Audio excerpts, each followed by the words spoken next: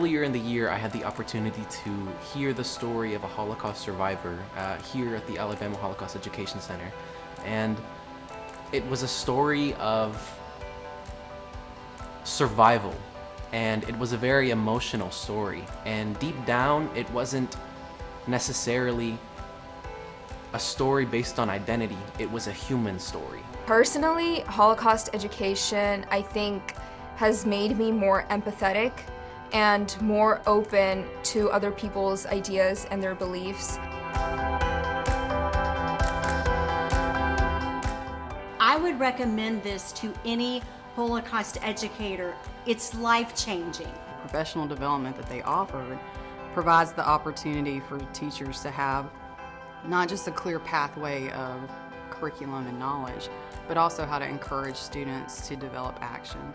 And so that's a big deal to me in terms of how to develop and provide opportunities of historical inquiry, and also to not just asking questions.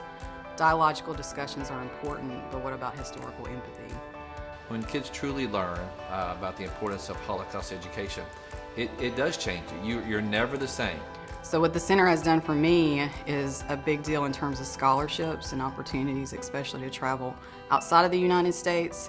They've supported me with those endeavors so that I can actually take pictures and visit places and then come back and share those opportunities with my students that may never have the opportunity to leave the state, much less the country. So when I get to share photographs, when I get to share experience that I've had, that I can really make history come alive for them.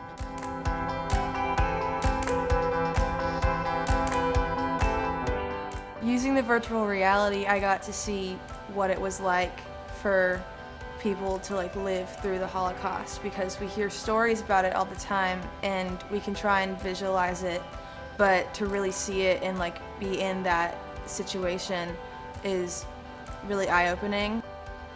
I forgot how immersive this was. At first, when it got dark, I kind of got scared. I jumped a little bit, and it kind of made me realize that I really have no idea what they were going to, and what I felt was probably half of a fraction of what they were feeling on their way. That video in particular was very emotional, and kids, I think, need to know. They need to have that emotional experience, because that's the truth of it. That's how it went.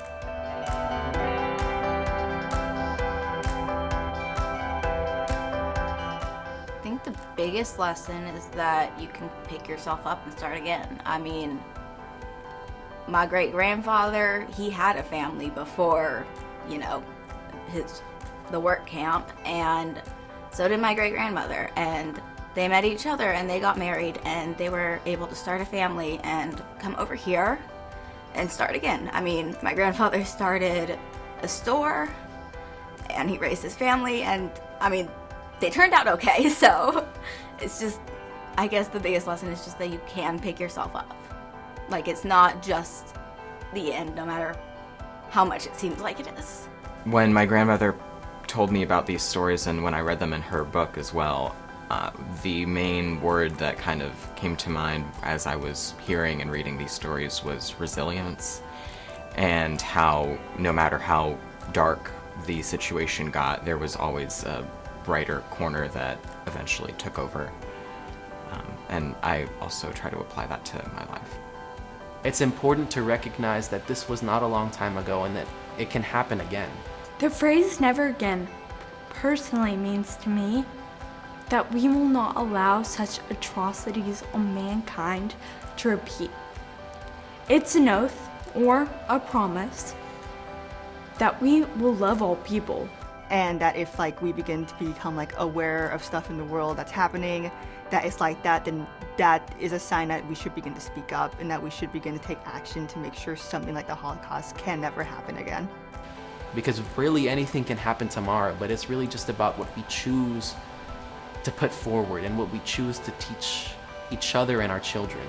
I would add that this center is worth supporting. The work they do and their generosity to educators is astounding. I've received some of the best resources I've ever received. It's just fascinating. So I would encourage fellow educators to take advantage of this But I would also encourage the public to support this. I know I plan to.